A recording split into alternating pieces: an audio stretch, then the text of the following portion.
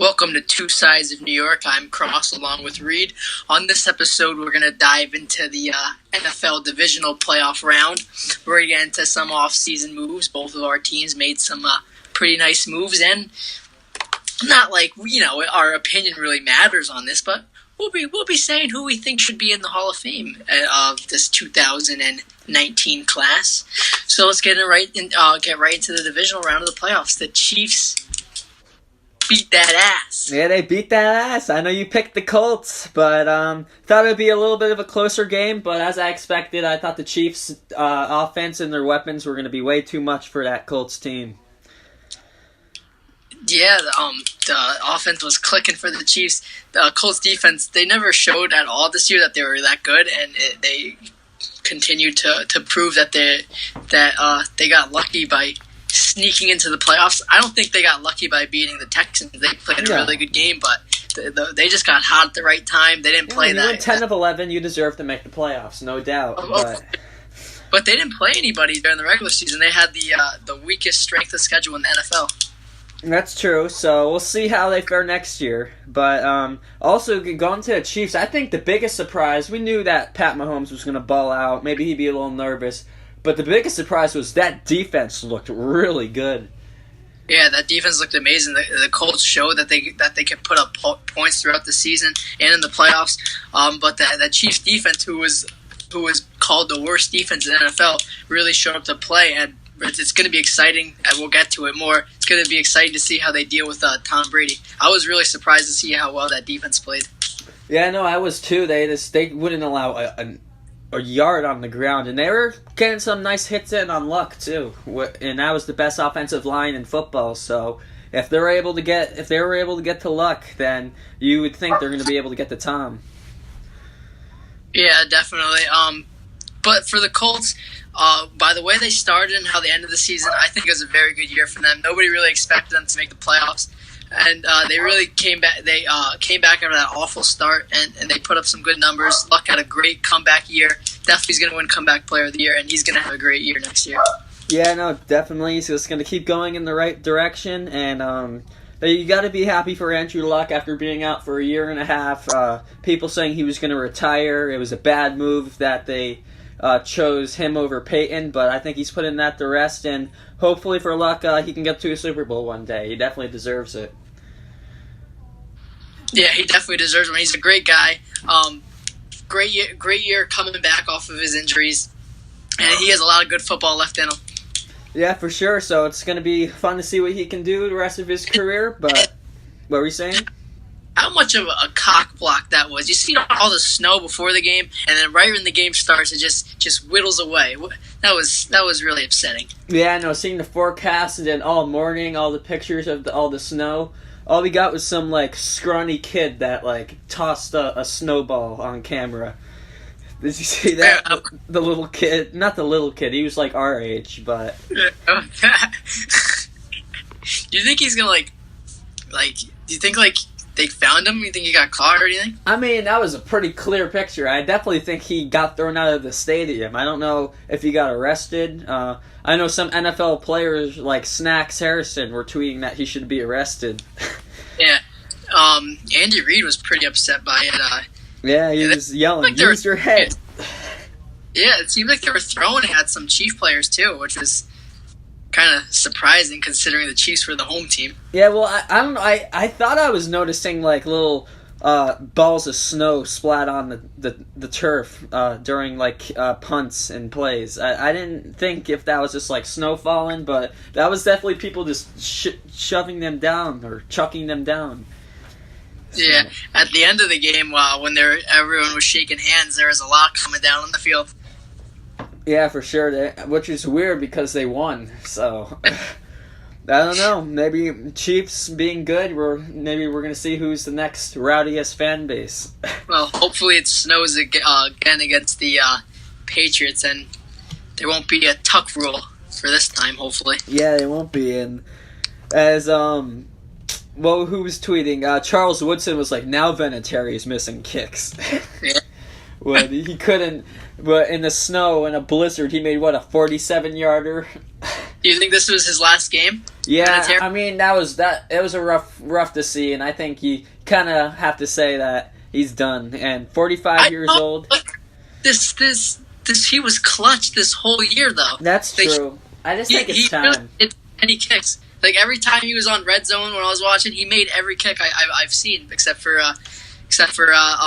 Saturday's games. Yeah, so it's weird with kickers. They miss a couple of kicks and they're just not the same. We saw that with Blair Walsh. He was one of the best kickers in football, and then he missed that kick against Seattle, and he became one of the worst. He couldn't make a kick, and before he knew it, his NFL career was over. Yeah, that missed kick in the playoffs really messed with his head, and I don't think Cody Parkey's coming back to the Bears. They had an interview with the Bears GM earlier today, and that he was saying how they need to evaluate the kicking spot. So yeah, kind of like Billy Cundiff. He wasn't asked back. They brought in Justin Tucker the next year, and that was a great move for Baltimore. Yeah. So moving on to the Rams and the Cowboys. Whoa!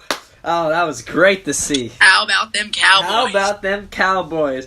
Oh, we gonna win the Super Bowl. Oh, Zeke and Dak. Although I'll give Dak some credit. He played nice these 2 playoff games. But as Stephen A. would say, what can go wrong will go wrong. Yeah, the Cowboys, they didn't play awful.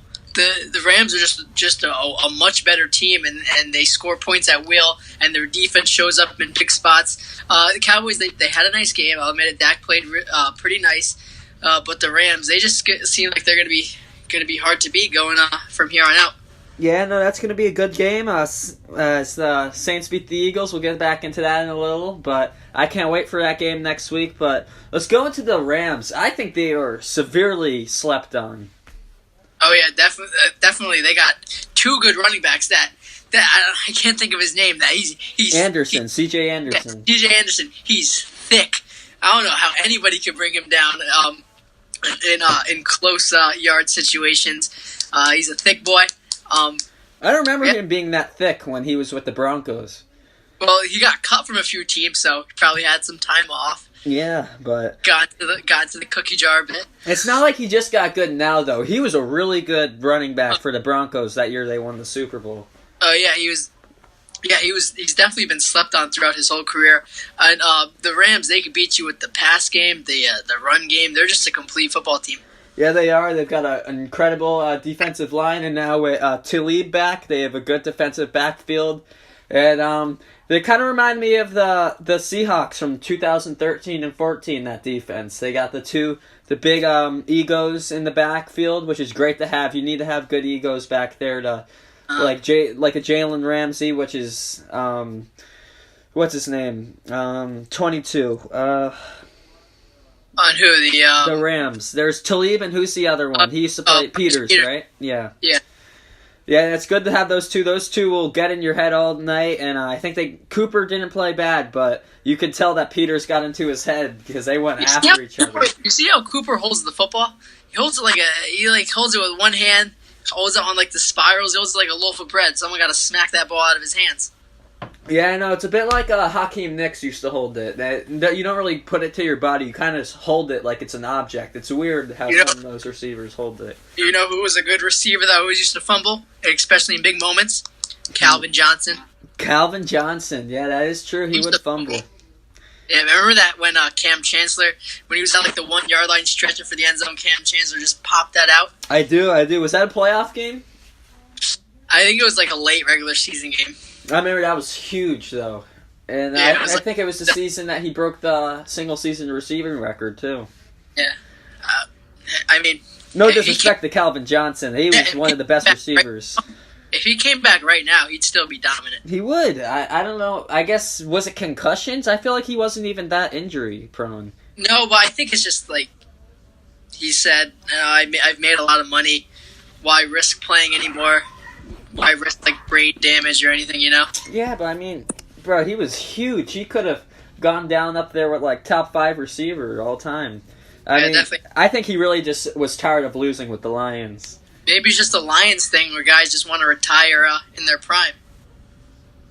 Maybe, but I mean, he could have imagined going to Packers or another team, but I think about Calvin Johnson sometimes, and he was a hell of a player, but Yeah. Was he on? I think he was on the Lions when they were 0-16 too, wasn't he? Yeah, I'm not sure if they used their draft pick to get him in that draft, or I think they used Stafford. So yeah, he was. Yeah, Stafford. So yeah, he was on that 0-16 team. Yeah, he was. That's rough. It's actually crazy that two teams went 0-16 within 10 years. So yeah. But both of those teams, the Browns, they look like they're heading in the right direction, and so did the Lions after that 0-16 year.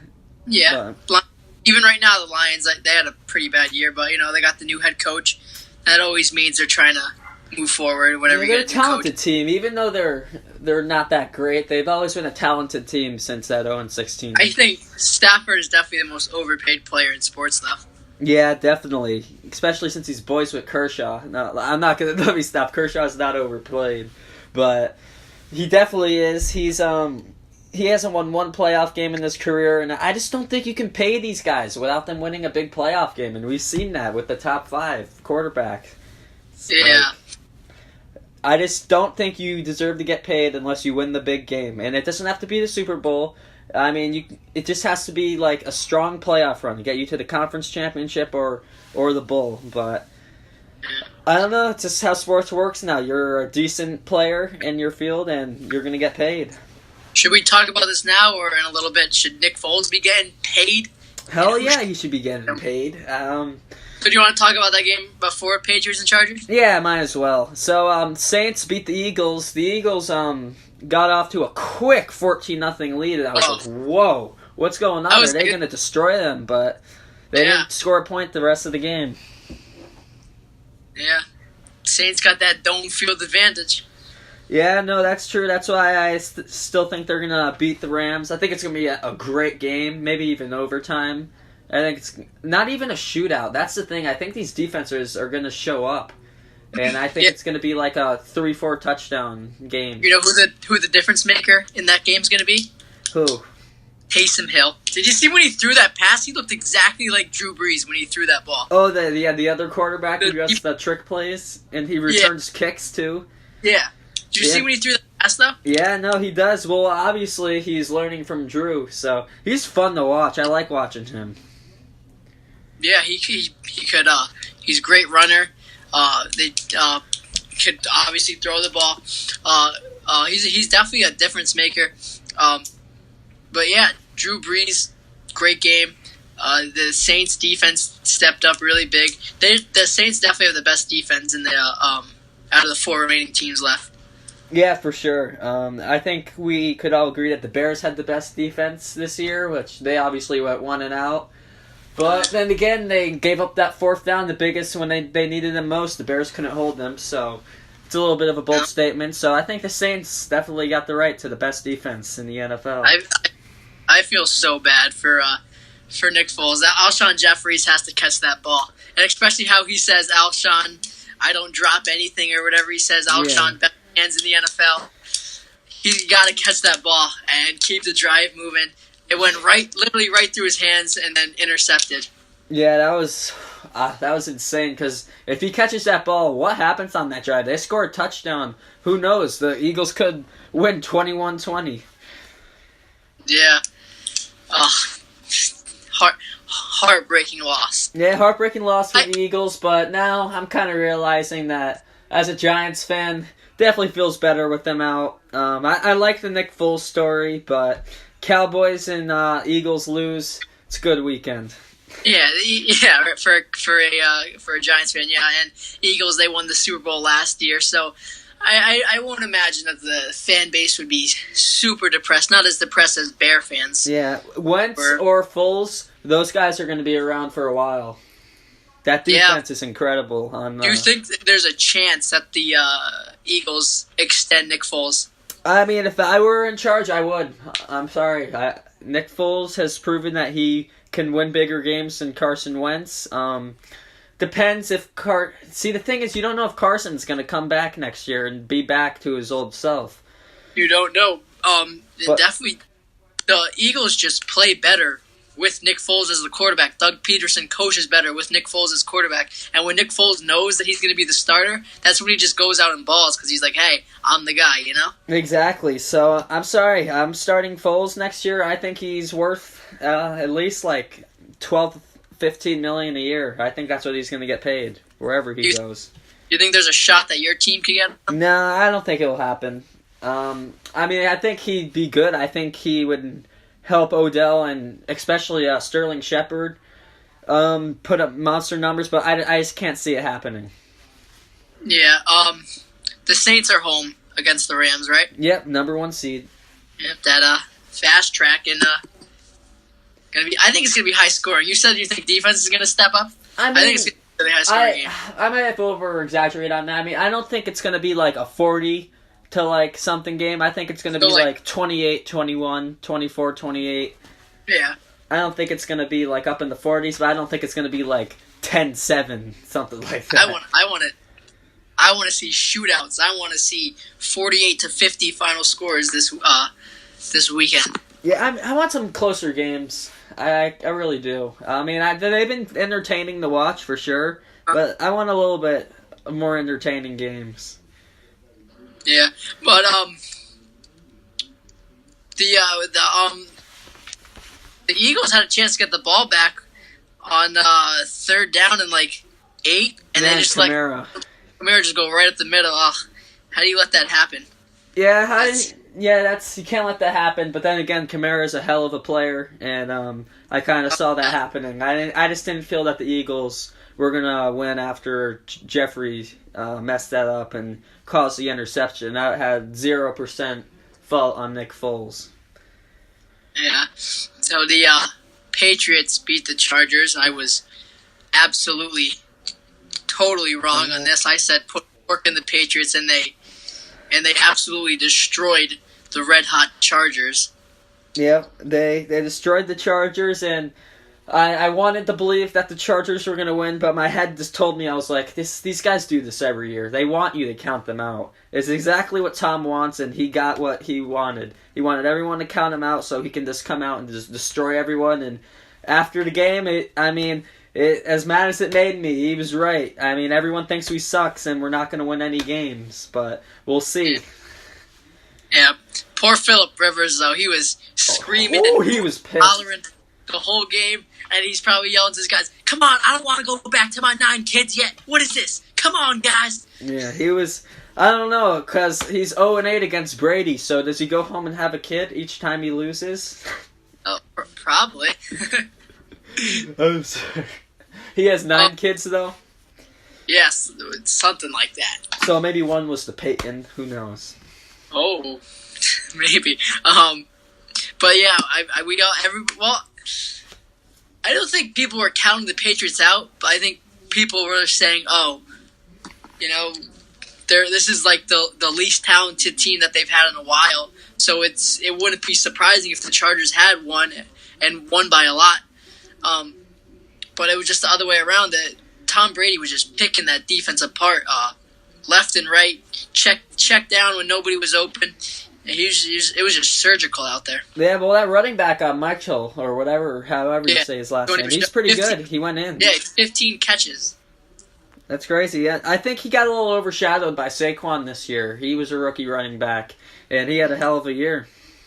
Yeah, he had a really good year.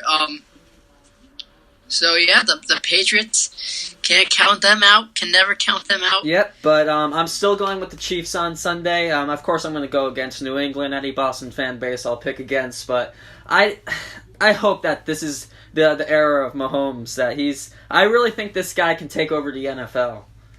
Yeah, this game's going to be huge for him. Tom Brady's not going to go down without a fight. He's saying, you're the new young gun. He wants to knock him down, and I want the Chiefs to win, but I just think the Patriots are going to win. I think Bill Belichick's gonna prepare his ass off, and Tom Brady will, the rest of the Patriots will, and I think the moment might be too big for Patrick Mahomes. Yeah, I see what you're saying, Bill Belichick scheming, but I don't think Mahomes is scared. I don't think he's going to back down, and if the Patriots win, I think it's going to be because they figure out the Chiefs' defense. I don't think Mahomes will crack. Yeah, I think Mahomes, he's going to put up numbers, but I fear that it's going to come down to a huge, he has the ball, fourth quarter, 50 seconds left, they need to drive the ball, and he doesn't get it done. I hope that doesn't happen. I want them to win, but I just have a funny feeling, you know? Yeah, I know what you mean, how I felt last week, but if that comes down to 50 seconds, Mahomes has to get the ball to Tyreek Hill, plain and simple. Yeah, Tyreek Hill is so fast. He's like everybody else on the defense just sitting there in slow motion. It's ridiculous. Yeah, it doesn't even look like he runs fast. That's the thing. When you're watching it on TV, I'm just like, he's just running by guys. They're just slow, but no, that guy's just so fast, and he's tiny too. Yeah, I mean, he's a track star playing football. Yeah, no, I love watching Tyreek Hill play. I mean, the only way you can defend him is if he's catching it, you gotta hit him. You gotta hit him hard, get the ball, force the ball out. But he's incredibly dangerous. You know who's good at hitting hard? Who? Kareem Hunt. I think he's good at kicking. I mean, I think the Bears should have picked him up. Yeah. But would he have made that kick? I think so. He looks really good at kicking. I think he would have kicked it right down the pipe. Yeah. Yeah, I'm just kidding, yo. I do not promote the beating of women. We know. Just making a goof. Yeah, no, just making a goof, but you know how people out there be like, oh my god, he's a terrible person, he believes that. So, just before, YouTube, reports me and gets us, kicked off. Right. So you're going with the Chiefs? I'm going with the Chiefs. I love Pat Mahomes, and I think he is the future bad man of this league. He reminds me a lot of Rodgers. So what's the score going to be? I'll go with you on a shootout. I'm going to go with 47-42. Ooh. I'm going to go 35-28 Patriots. All right. Yeah, I'm going to go with the Chiefs. I think it's going to be a last-minute crazy play by Mahomes across the body to Hill. And he's going to, like you said, put a fork in the Patriots. But the Patriots will do something in the offseason. I don't know. The thing is, I feel if Brady wins a Super Bowl, he's going to retire. So some point in me is like, if he just wins, can we just get this over with so this can all be over? Good point. That's a good point. But you don't know if he's going to retire, especially the Brady's mentality. You know, he never wants to quit. But he did say in the spring sooner rather than later. But let's go into this Rams Saints. Who you got? I got the... this is tough. I'm still debating it right now, but I'm going to go with the Rams. Ooh. It's going to be a shootout. I think both games are going to be a shootout. This is going to be a higher shootout. I think it's going to be 50-48 Rams coming down to a last-second field goal by Greg Zuerlein, and he's going to nail it. And that's going to send the Rams to the Super Bowl. Yeah, Zuerlein, and he's a heck of a kicker. He's really underrated. I'm going with the Saints. I just think Drew Brees has just been unreal this year, and he's too good not to make multiple Super Bowls. He's too good not to be in the Super Bowl, and I just can't see New Orleans losing at home. Yeah, they do have that huge home field advantage. It's going to be a really good game. And you want to put something on the line? Looks like we're both not rooting. Let's make a friendly wager of the Rams Saints. What should we do? What should we do? Like, you talking about cha-ching or like something else? It doesn't gotta be cha-ching. Well, throw some ideas out there. I don't know. You gotta be like. You gotta say that the Yankees. No. This is football. You can't bring a baseball into this. I'm kidding. If we'll tweet it if we think of something, or put it on Instagram if we think of. It'll be something stupid like I'll write Odell is gay or something like that, since he always says that, and he knows that Odell, once Eli retires, is going to be my favorite player in football. So Eli? Yeah. Eli retired. When Eli retires, Odell will be my favorite player in the NFL. When is Eli retiring this offseason? No. You don't think so? I don't think so. Who's starting? I mean, even if you draft Murray, or if you... Well, we'll get into that into a little bit. If you draft Haskins, or you draft your QB, I don't think there's a good enough QB in the draft or a free agent that can take over the Giants' starting job. I think if you draft a QB, you do what the Chiefs did. You have Eli start, and then have him, whoever they have, back up and learn from Eli's leadership, and let that offensive line build up a little bit, too.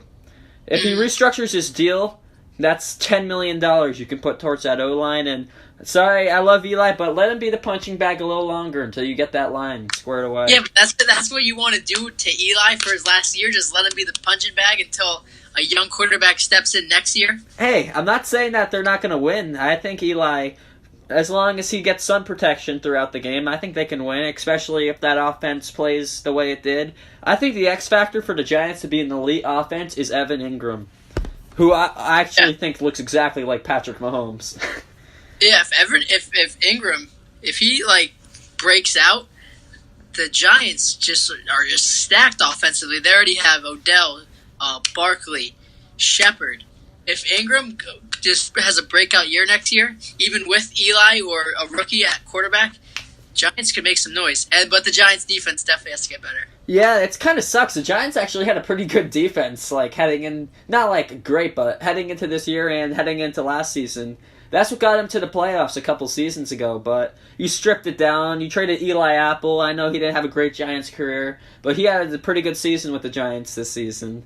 Yeah, Snacks, that was catastrophic. Losing Jonathan Hankins a couple years ago, so they definitely got to work up that defense, but hey, people said the Chiefs' defense sucks, so if you just get that offense and a hot start next season, I think guys can step up for that defense. I don't know if they'll be a playoff team, but I think they can definitely finish 500 or above. When you have a quarterback like Patrick Mahomes, your defense could be a bunch of little kids out there, and I think you still win a lot of games. That's true. Well, if that Giants offense gets they can put up 400 yards a game if they perform right. But we'll see. Moving on to my team a little bit. Adam Gase was introduced to the media today, and my God, did you see him? Google Eye Gase, looking like the dad from National Lampoons when he's looking out the window. I was like, his eyes were bugging out. Was he on? You think he was nervous? You think he was on drugs? You think the New York media got to him? I mean, I understand if you're no offense, but if you're for the Yankees or even the Mets, I feel like that's a lot more pressure. I don't know. I just feel like. Not even that. A press conference, I don't know how that bugs you out. You should be happy. He just looked. He had to be on something. He looked like he was bugging. Mike Francesa was on his show today. He was like, I don't want to be mean or anything, but did you see that guy's eyes? Yeah, I know. Michael Kay and Don were talking about it too. I didn't get to watch it. I got to watch it later, but I'm sure Michael was just well. He became a meme, even if he doesn't know what that is, before, admit it. He was even head coach.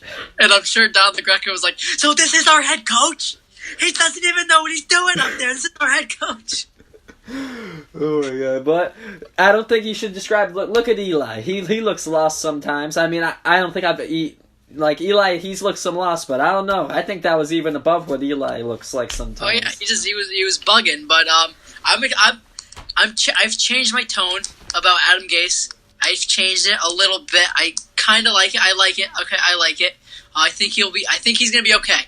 I think him and Sam are gonna gel well together. The sense around Adam Gase is he's he doesn't take any bullshit from any players, so he expects everybody to be at their best every day. So I like that. He looks like he shows a little bit more emotion than Todd Bowles, who just sit on the sidelines, just motionless. Wasn't even talk about all-time dirt bases. Todd Bowles has got to be number one.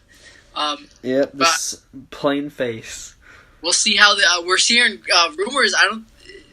Besides a couple days ago, we're hearing rumors about Greg Williams being hired as defensive coordinator, and then I haven't heard anything. That'd be great. That'd be great for the Jets. Yeah, that'd be awesome. I really want to see it. I think that's going to happen. We'll see probably in the next few days. But the Jets coaching staff is looking good. And I'm excited to see what's in store for the New York Jets. Yeah, no, and going back to the Giants just for a quick second. Pat Shurmur, I know in the beginning of our podcast I was really critical of him, but towards the end of the season, even though they didn't rattle off as many ones as they hoped, I think Shurmur does have the locker room. They do seem to really like Shurmur. Do you think so? You don't think him and OBJ got into a little...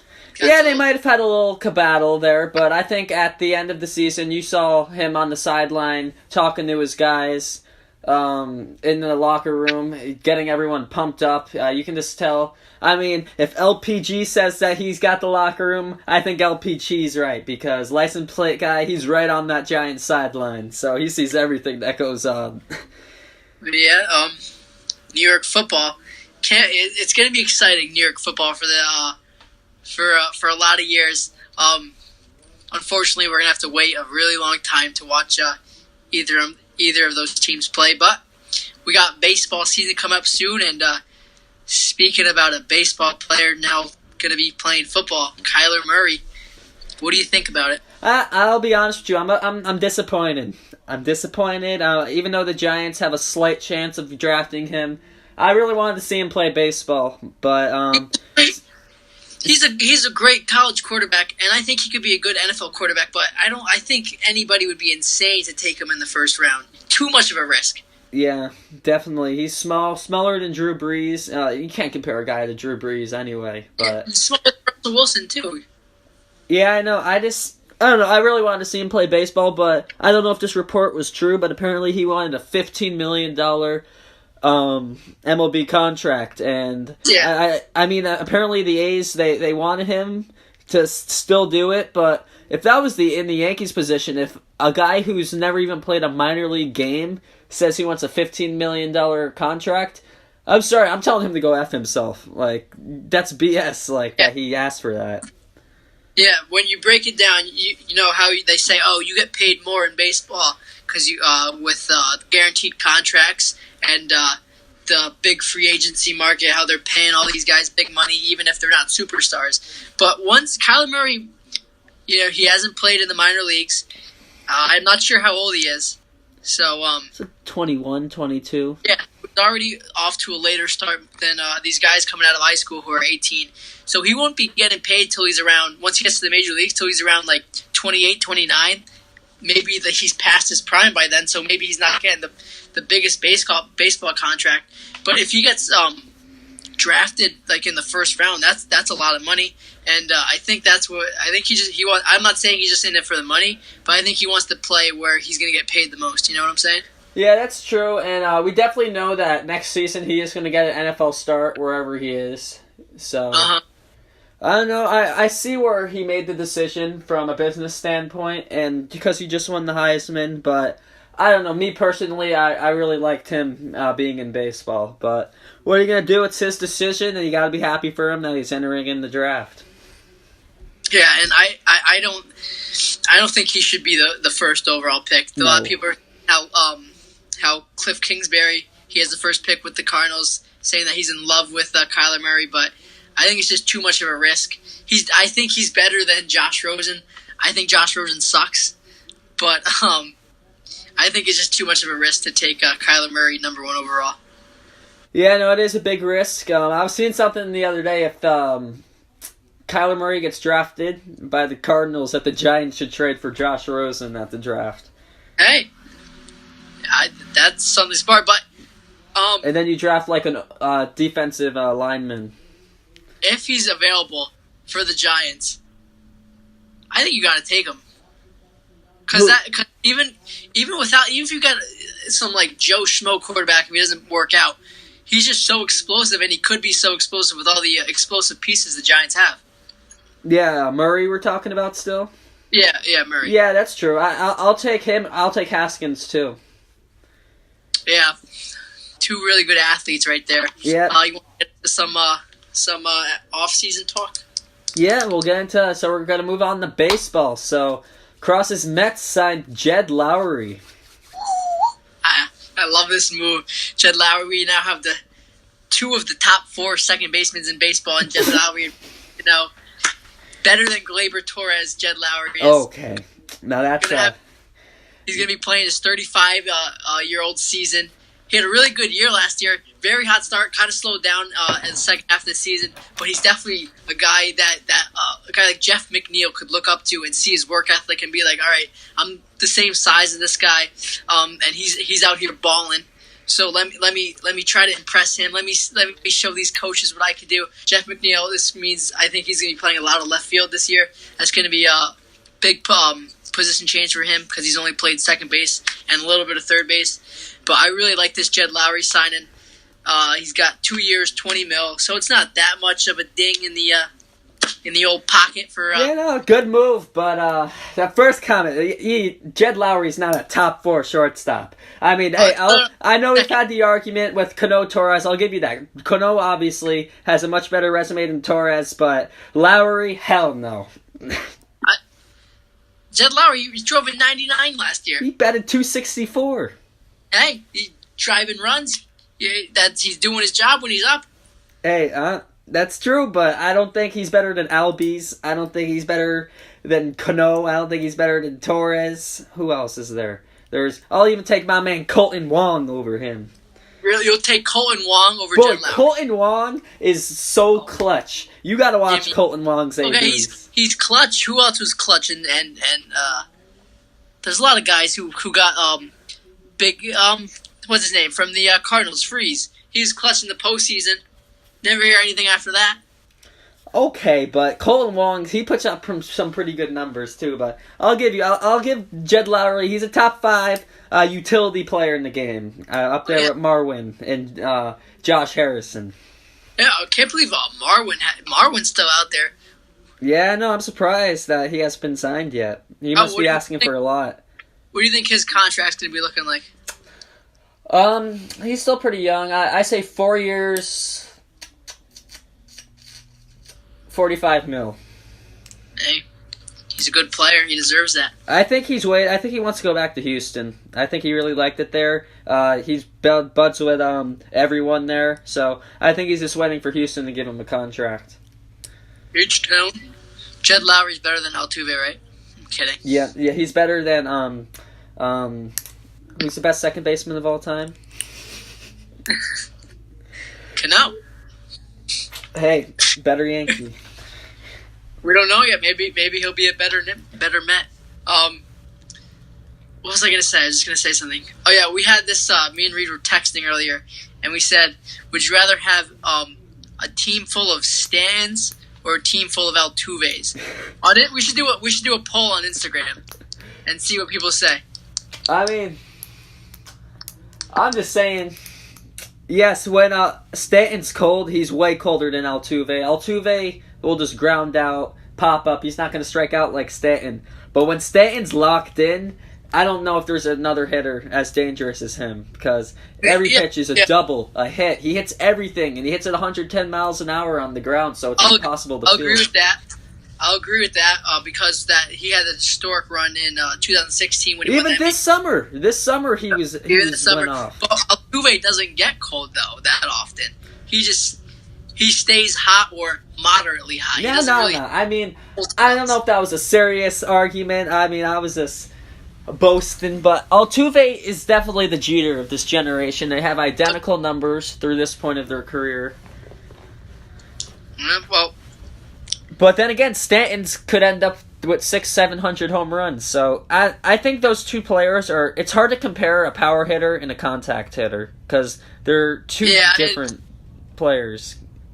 But maybe we should do it with different players. But it's like it makes you think like who would you rather have, like a team full of power hitters or a team full of like contact hitters with guys who get on base. That's true. I mean.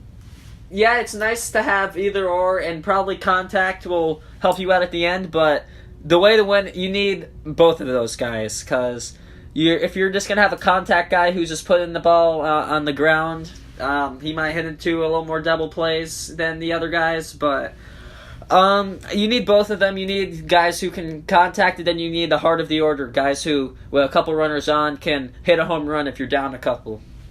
Speaking of contact hitters, you guys, the Yankees signed J.D. LeMahieu. How do you like DJ?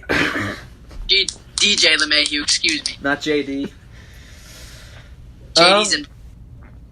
Well, I'm not going to go into right now. We'll get into this later about how it affects Manning. I'm just going to dissect this move as the player we got, and he's a great player. I mean, I don't care, Coors. He still won 3 Gold Gloves. He won a batting title in 2016, so that's not just hitting well at home. He puts the ball in play, and he goes the opposite field a lot, and that is going to work out really good at Yankee Stadium, as you know of my beloved short porch. So I think he's going to hit over 300, and I think he can have some big hits and help the Yankee runner with scoring position average. Yeah, especially while Didi's gone, he's going to be crucial to that Yankees lineup, and the Yankees have deep gaps, and I'm obsessed with ballparks and their sizes. The Yankees do have deep gaps, and he's going to get a lot of doubles there. Yeah, lots of doubles, along with Stanton and Judge, and he's going to be good. I think you lead him off.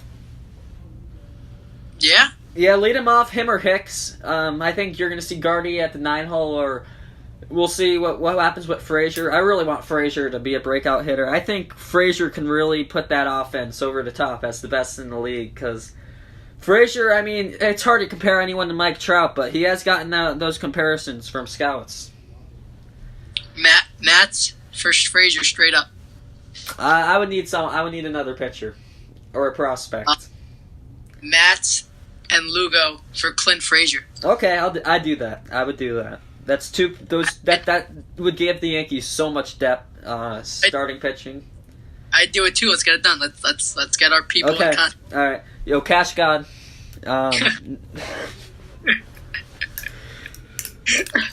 yeah, I like this move. I think it's going to be good. It's going to help the team average a bit, not make them so one-dimensional. Although I think it's a little overhyped that they just hit home runs. You got some guys who can still put the ball in play, but I mean, you got some Yankee fans who be like, you just paid a guy, or you cut Torreyes and signed another one. He is not Ronald Torreyes. He's way better than Ronald Torreyes. Yeah, no, don't get me wrong. I love Toe. He was great for the clubhouse, and he had some nice balls he put in play. But dude, Ronald Torreyes, he was a guy who played like once every week. LeMahieu was an everyday player who can put up a 315 average.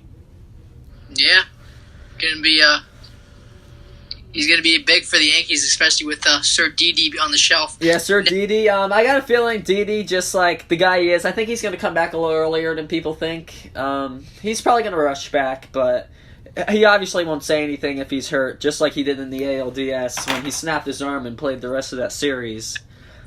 But LeMahieu, that's going to be solid for the Yankees. It's a good move. I don't know. I feel like something's not right. They got one. Cashman has one more move up his sleeve. I don't know if it's a signing or if it's a trade.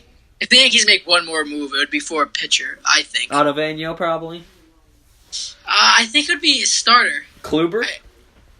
No, I don't think it'd be something big. I think it'd be something small. Like, who's a small guy? I mean, maybe Mets and Yankees have something in store with Lugo, because I know the Mets have been talking to other teams about Lugo, and I wouldn't be surprised if I could see. I want to see. I don't want this, but I see like Lugo playing for the Yankees one day, because he looks a lot like Al Leiter, and you know Al Leiter played for the Mets and the Yankees. Yeah, no, that's true. And the Yankees and the Mets, they engaged in dialogue. Like, that was no joke with Syndergaard. They engaged with that. That was serious. There was moments where I thought it was going to happen, and I think you thought that was going to happen too with Syndergaard. It sounded like it was going to happen. It sounded like the Marlins were going to get Andujar, you guys were going to get Real Muto, and we were going to get Thor. But yeah. As expected, that did die down, and I think all three of those... Well, I don't know about Real Muto. I think he's going to get dealt, like, right before spring training around then. I think he's going to be on the Dodgers. Dodgers? Yeah, Dodgers? Yeah, they have... no offense to Barnes, but he's good, but they need a better catcher. They do, and they just cleared up cap space, so... Yeah, Real Muto would definitely... So you don't think Harper has... Do you think Harper has a chance to go into the... Dodgers? Not with the contract that they want to give him. Yeah. They only want to go 5 or 6 years, and you know Bryce so you think and Boris... What was that? Say the Dodgers do get Real Muto. Do you think they're a World Series team again?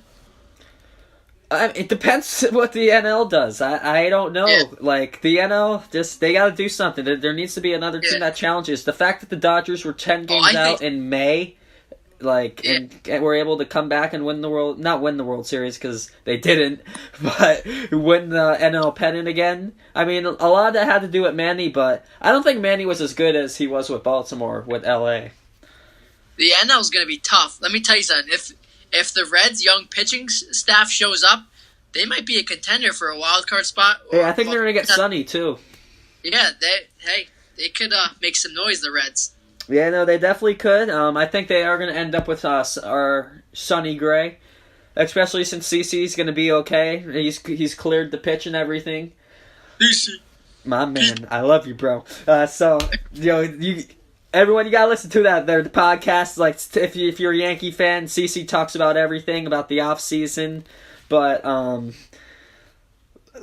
I think they're gonna get Gray, and I like the Reds. I mean, I've always kind of liked the Reds. They've always given me a good vibe. But we'll see what they got. Puig, they got Kemp, they got a good outfield, and they got Votto, Jeanette. They got a nice lineup.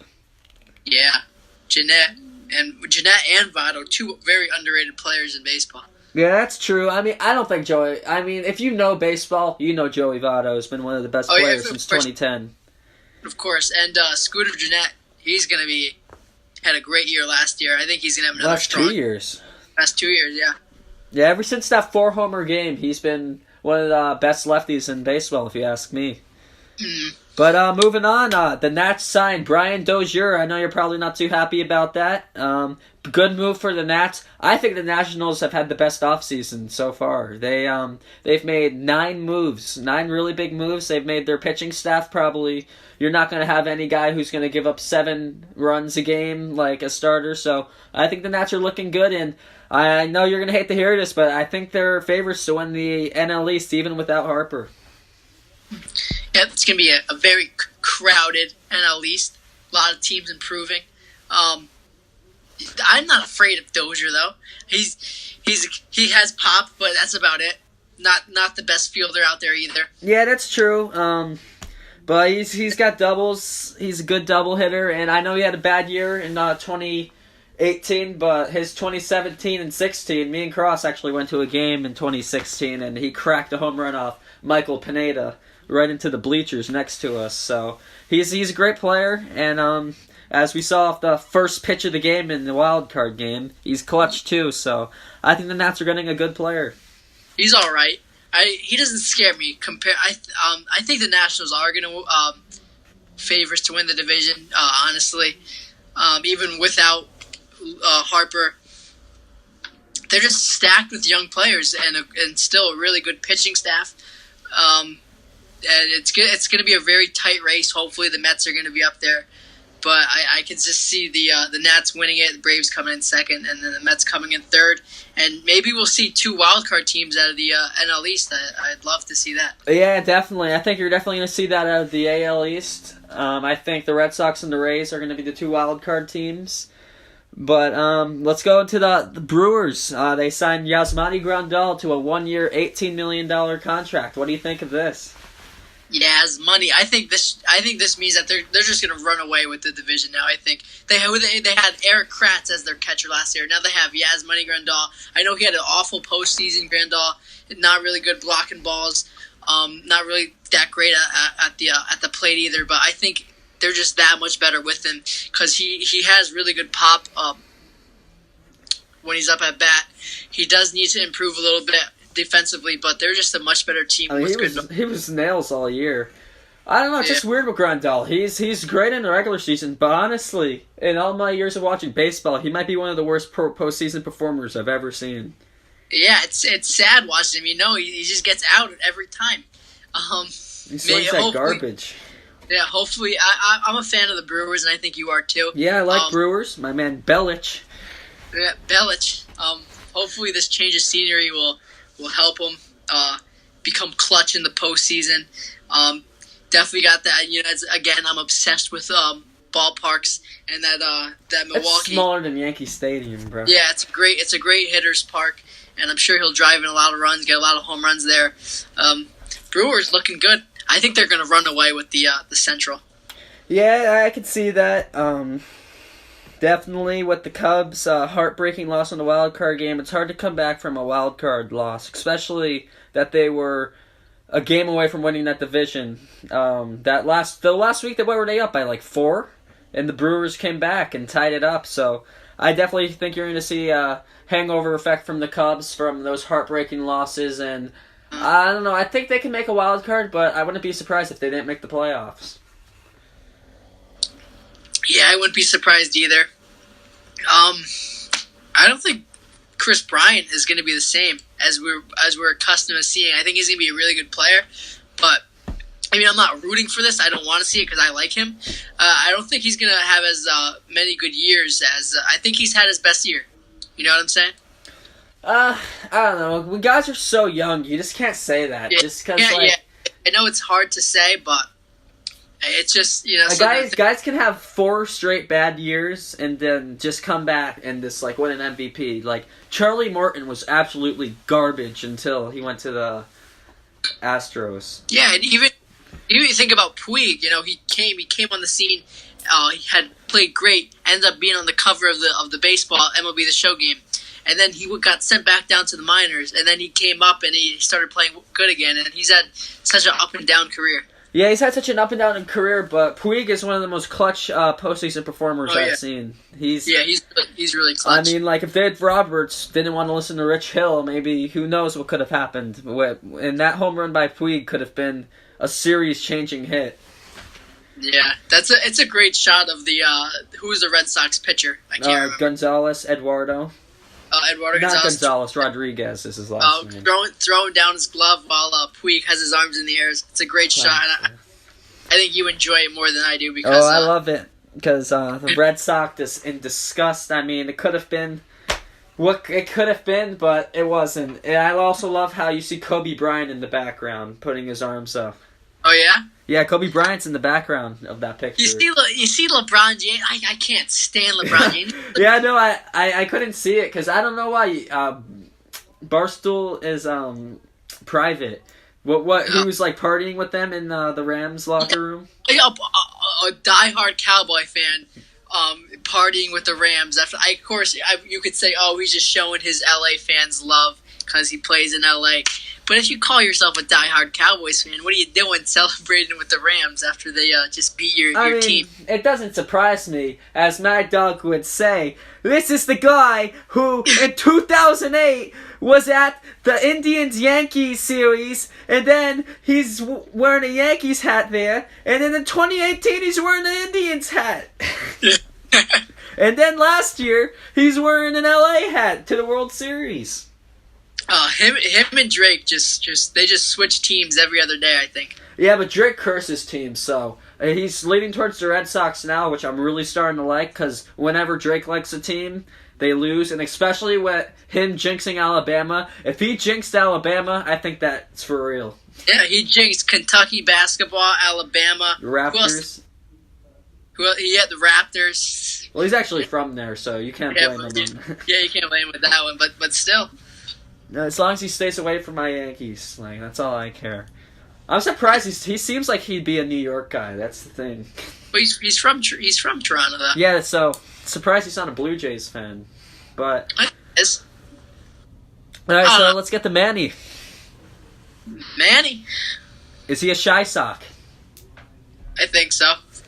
Isn't it kind of disappointing though? I mean, I know you didn't want him going to the Yankees, but did you want him going to at least well, obviously you didn't want him going to the Phillies, so probably isn't that disappointing for you. No, I'm praying he doesn't go to the Phillies because I'd rather Harper be on the Phillies than Machado. I'm not scared of either. Bring them on, both of you. No, I'm kidding, but I'd rather have Harper be on the Phillies. I think he's gonna go to the White Sox because I really think that it has a lot to do with Alonso, his family, all the White Sox offering his family contracts too. I think that's funny, but I really think he wants to play with the White Sox. I just think that's the best offer he's going to get. I mean, I don't know why he's not getting the offer. I don't know if it's his attitude or whatever, but he just doesn't seem to be getting that $300 million deal. But is he really even worth $300 million though? I guess not. I mean, he's great, but I mean, would you give him injuries. Would you give him $300 million to play in the Yankees? No. I'd give him $300 million to play in the Mets, though. You would? I would, yeah. I mean, I wouldn't give him 300. But that's the thing is, I think people don't like the way that I think about players in the future that you're going to need to extend. You're going to need to extend Judge. Yeah. You're going to need to extend Sevy. Yeah, and with that huge contract with Stanton, yeah, Yankees got to think about the future.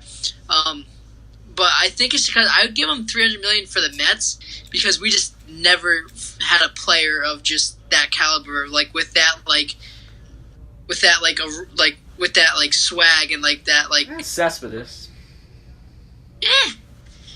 Cespedes when he's hot, he's an elite player, but he's a good player, but really nothing too crazy, you know? Yeah, that's true.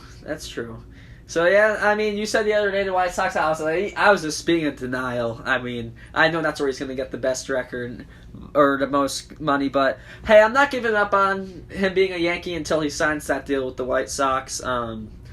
You never know. You could sign Manny and then trade Andujar for Kluber, something like that. Do you want him though? Do you want him? Yes, of course. And Manny Machado's a great player. I want Manny Machado, but I mean, they don't need him. That's what I'm getting on that. The he'd be a luxury. We do not need Manny Machado.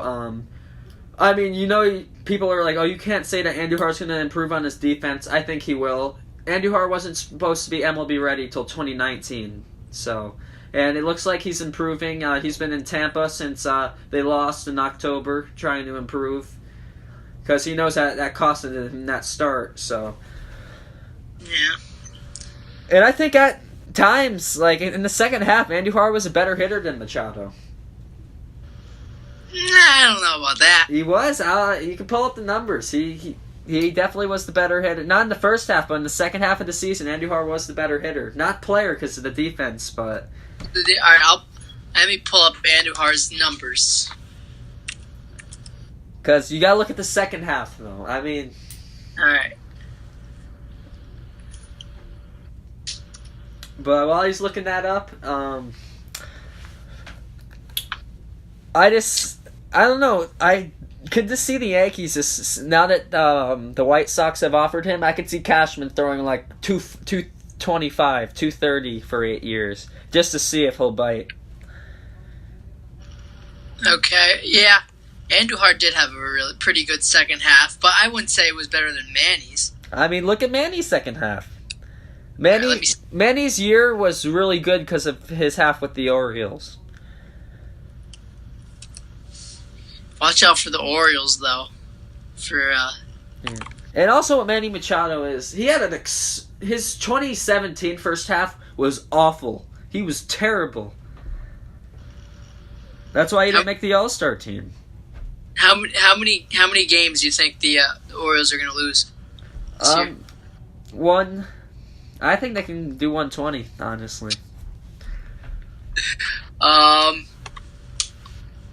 Yeah. Okay. Yeah. Andujar had a little bit better. I'll give Machado. He had a much better. He had a much better year. Machado had a career year. But I just think Andujar was a little bit of, not even the player, just because of the defense puts Machado as the better player in the second half. But I just think Andujar, people are taking away just how bad his defense was. He's an amazing hitter, Andujar. He really is. Yeah, he just got a little bit better on the defensive side of the ball. But yeah, besides that, so we're kind of carrying on. So me and Cross, we're doing a 2019 Hall of Fame ballot of our own. We're just doing 5, not the 10 that the guys on MLB Network have done. But yeah, so we're not going to list off everything, every person on the ballot, because would be here all night. So hold on. I just want to say one thing though. Who's a guy out there who has a legit case on Jason Bay on why he should be a Hall of Famer? It doesn't make any sense to me. Why is he even on the ballot? It's embarrassing to him that he's even on the ballot. That guy, all he was good for was running into walls and getting concussions. Fuck that guy. I hate Jason. Yeah, What a waste of the money for the Mets. I mean, he was a pain in my ass in 2009. I mean, we ended up winning it all that year, but still, he was a pain. Jeez, I really want to hear a legitimate argument of somebody saying why he should be a Hall of Famer. Probably the guy who said that Rivera shouldn't be 100%, as you could probably guess who's my first person on my ballot. Yeah. Let's get into it. So you want to do you want me to list? I honestly I ranked who's my 1 through 5. So do you want to do 1-1 and then okay, I'll list one and you list one? Okay, yeah. Okay, so my first one. And do the most surprising ones last. We'll save those ones for later. Yeah. All right, so my number 1. I bet you cannot guess this, Cross. Mariano Rivera. Do I have to explain? Most saves all time. Best postseason closer of all time. I mean, yeah, when you're in the postseason a lot, you're gonna have some. You're gonna crack. So he cracked twice, but. I mean, I think you'll take 5 World Championships over maybe 2 potential that he might have cost, but you don't know what happens even if the Yankees get in 0-4, which I guarantee they beat the Cardinals. But best closer of all time, that's pretty much my argument for Rivera. Yeah, best closer of all time, and even me as a Mets fan, I'll say you're an idiot if you don't think Mariano Rivera is not a Hall of Famer. If you think that he's not a Hall of Famer, I mean. Yeah, no, I agree with you. Mo, I mean, it's crazy that it's already been that long that he's going to be a Hall of Famer, that since he retired. It's crazy how time flies, and that Jeter next year will be getting voted in, too. Do you think Jeter will be the first unanimous? No one's going to be unanimous. If that guy said that Mariano Rivera isn't going to be unanimous, then no one will be unanimous. If Ken Griffey wasn't unanimous, no one's going to be unanimous. Yeah, just these old baseball heads are like, no, nobody could be unanimous. All right, my first guy, Barry Bonds. Say what you will. Yeah, no, I mean, I agree. I think he's a Hall of Famer, but I did leave the steroids guys off my ballot. Yeah, you look at the numbers. I mean, come on, they're ridiculous. Video game. Steroids does not put the bat on the ball. Steroids. You got if you take steroids, of course. You got to do stuff. You got to still work out. You still got to work on your game. If you just take it, that doesn't mean you're automatically good, There's plenty of guys who took steroids and turned out to be clunkers, Jordani Valdespin, a former Mets player. Really? He took steroids? Yeah, he got suspended for 90 games. Mejia, he's still banned from baseball, another former Met. Who sucked. So steroids shouldn't define you. I mean, I know it gives you it's technically cheating, but you look at the numbers. How could you leave Barry Bonds off? And if putting him in the Hall of Fame would be great for baseball, just showing all of his clips on ESPN and whatnot, people will love to see that. Yeah, that's true, but a lot of people like Mad Dog Russo think it would damage the game. Maybe. To the old baseball heads, yeah, it would damage the game. But if you want to grow, I think you put Bonds in the Hall of Fame. Yeah, no, I did not have him on my ballot, but I agree with his numbers. He should be in the Hall of Fame. All right, so my number 2, rest in peace, Roy Halladay. I think he was the best pitcher in baseball for about 10 years, from about 2002 to 2012. I think he was the best pitcher in baseball. 205 wins. He was a perfect game and a no-hitter in the same season, and a no-hitter coming in the postseason. I just think he was one of the elite pitchers for a long time in this game, and if you sustain greatness for a decade in this game, you're a Hall of Famer, in my opinion. Yeah, he put up great numbers. He was always dominant. He was always, every time he was out there, he was a threat for a no-hitter. He had one of the playoffs, which it's only been done twice, I believe. Yep, it was Don Larson. He threw a perfect game for the Yankees back in the 50s. Yeah, and for the Phillies and the Blue Jays, he always had great years. Tailed off a little bit at the end of his career with the Phillies, but it happens as a pitcher when you've been pitching your whole career. I think he's a sure Hall of Famer. Yeah, I think he gets in. What's your number 2? Roger Clemens is in George Steinbrenner's books. I hate his guts. Honestly, I hate Roger Clemens. But I don't like him either. As a diehard Yankee fan, him and Randy Johnson I never liked. MVP, he was MVP as a pitcher. That's 11-time All-Star, 7-time Cy Young. You could say, all right, steroids, but I think come it on. affects a pitcher more than a hitter. It does definitely affect the pitcher more, but you look at those numbers, you got to say, geez, like that's incredible. 350 career wins, 4,672 career strikeouts. He was just awesome. He played so many years too. So he had so many big years. Won a couple World Series with the Yankees. One with the Sox. And Lost yeah, in '86. Yeah, and he played for so long too. He debuted in. I think '86 was that his rookie season? No, he debuted in '84, and his last year was in 2007. Yeah, and then he played a couple more, like for the Sugarland Skeeters in like the Independence League. Yeah, I remember that. I mean, he was insane. He was a flamethrower, and he was one of the best pitchers in baseball for 20 years. So yeah, and I dislike Roger Clemens a lot, but it's just something about pitchers who just like go out there and like are intimidating. Like he was like a scary guy out there on the mound. He didn't need to throw the bat at Piazza though. I don't know about. Oh my gosh. Who's your 3? You're gonna like this one, Billy Wagner. Oh, so, very under. Billy Wagner, I think he had 412 saves, if I'm not wrong. Might be different, but it's around that. 6th all-time in saves, and he's not in the Hall of Fame, and he's been on the ballot for quite a while now. I think that's unexcusable. They need to get this guy in. It's wrong to have over 400 saves. He has more saves than Dennis Eckersley, who is a Hall of Famer, and the most annoying broadcaster on earth. But Billy Wagner should definitely be a Hall of Famer. I don't know why he isn't in.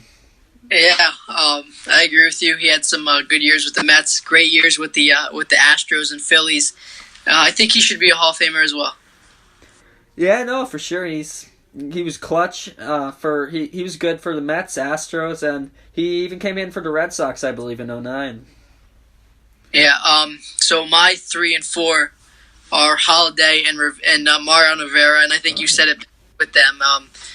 Rest in peace, Roy Halladay, of course. Great career. And Rivera, how could you just not put him in most saves of all time?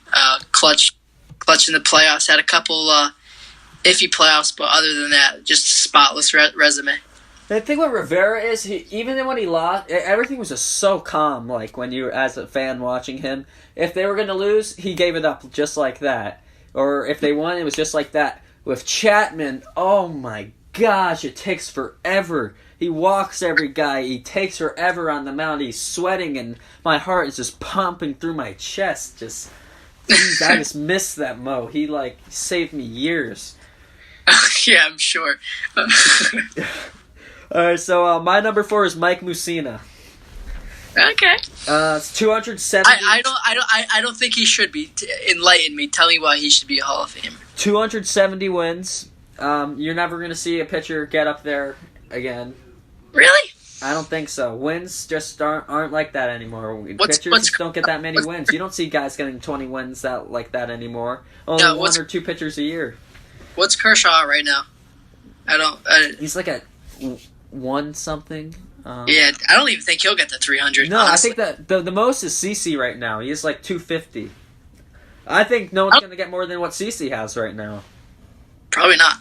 But I was looking. He has 2,800 strikeouts. He has an 83 WAR, which is above some Hall of Famers. So I think he was a great pitcher for a long time, and I think he should be in the Hall of Fame. Yeah. I really never thought of him as with his dominant years. To me, which it's not. He had really good years. Yeah, no, definitely. He had some down years, but he definitely was that Yankee ace for a while. And he almost threw a perfect game in Boston once. He came within 1 out of that. I remember that. That was heartbreaking to watch. But I don't know. I just think the numbers, if you look into his stats, I think they're definitely Hall of Fame worthy. I mean, 20th all-time in strikeouts, 5 All-Stars. He won 7 Gold Gloves.